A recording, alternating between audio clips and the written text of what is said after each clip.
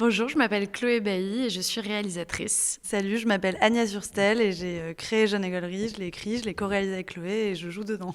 Lourd. Et j'étais un peu au maquillage et à la coiffure aussi, mais ça j'ai pas trop le droit de le dire.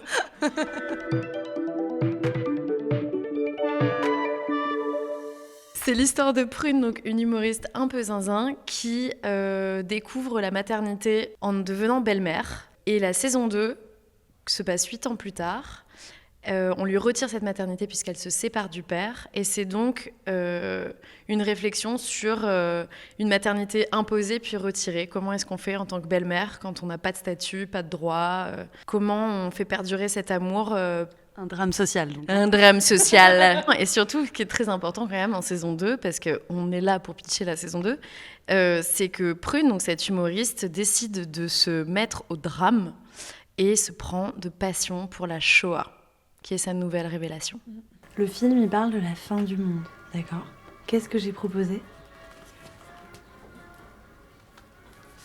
Je suis venue avec mon caddie. C'était un hasard, parce que je venais chez vous après, mais je suis venue avec mon caddie de course, comme si c'était mes dernières provisions avant de mourir.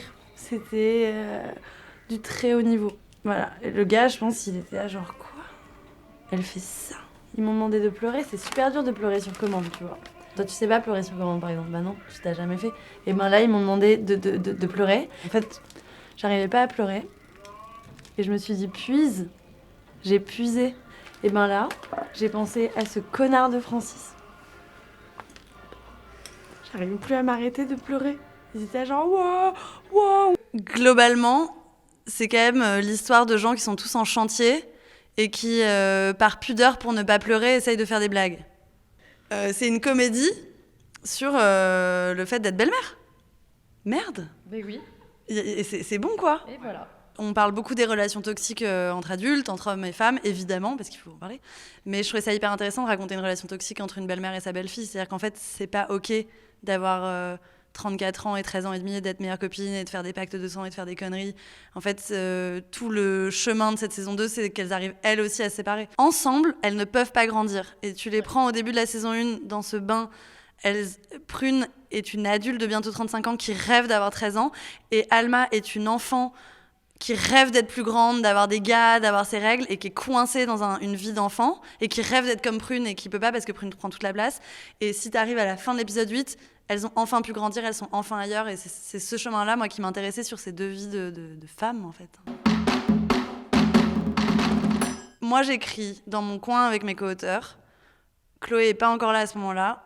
Elle lit tout, elle commence à travailler 6 mois avant le début du tournage, et à partir du moment où on va travailler ensemble, les textes sont prêts, on fait tout ensemble, on visualise ensemble, on découpe, on choisit les chefs de poste ensemble, on se questionne tous les jours pour être sûr qu'on a le même ADN, le même goût, qu'on a envie des mêmes costumes.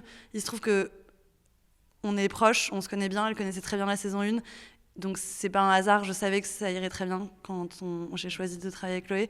Il y a un truc qui est allé très vite, c'est-à-dire qu'on a le même sens de la comédie, le même amour de ce projet, la même empathie pour Francis et Prune et Alma et les ados, la même obsession de filmer l'adolescence, la même envie de dynamiser et de moderniser cette saison et de trouver un chef-op qui nous correspond.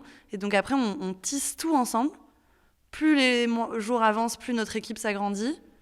La prépa se passe et on répète beaucoup. La différence avec la saison 1, c'est que comme j'allais être dans tous les plans, il fallait qu'on répète énormément. Puis en plus, on avait beaucoup de mineurs. Et donc, en fait, plus on répète, plus toutes les deux, on se met en accord de comment on va diriger.